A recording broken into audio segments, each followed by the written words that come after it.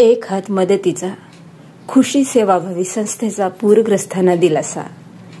शेकडो आपत्तीग्रस्तांना बबलू टेकाळे यांचा दिलासा.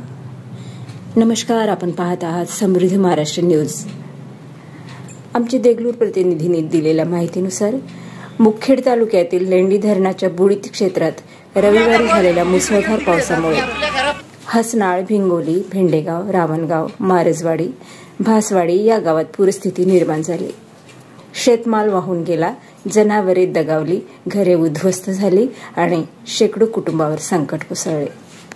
अशा कठीण प्रसंगी खुशी सेवाभावी संस्था तातडीने पुढे सरसावली. संस्थेच्या वतीने रावणगावसह परिसरातील पूरग्रस्तांना शेकडो अन्नधान्य किटचे वाटप करण्यात आले.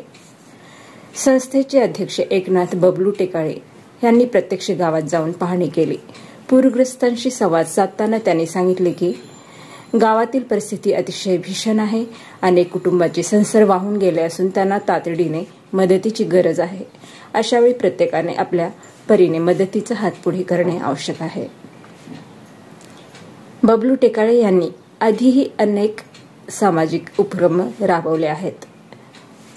विद्यार्थ्यांना शैक्षणिक साहित्य वाटप, सणासुदीच्या काळात गरीब कुटुंबांना मदत, तसेच कोणत्याही धर्म जातीचा भेद न करता सामाजिक समाजकार्यासाठी कार्य हे त्यांचे वैशिष्ट्य आहे.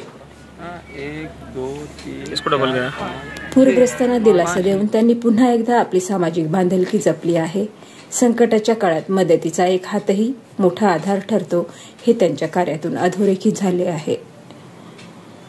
यावेळी संपादक गजानन टेकाळे, पत्रकार शेख असलम, धनाजी देशमुख, बालाजी चंदावाड, शेखर कोठारे, अनिल कांबळे, गंगाधर उल्लेवार, दीपक पिंटू फुगारे आदी उपस्थित होते.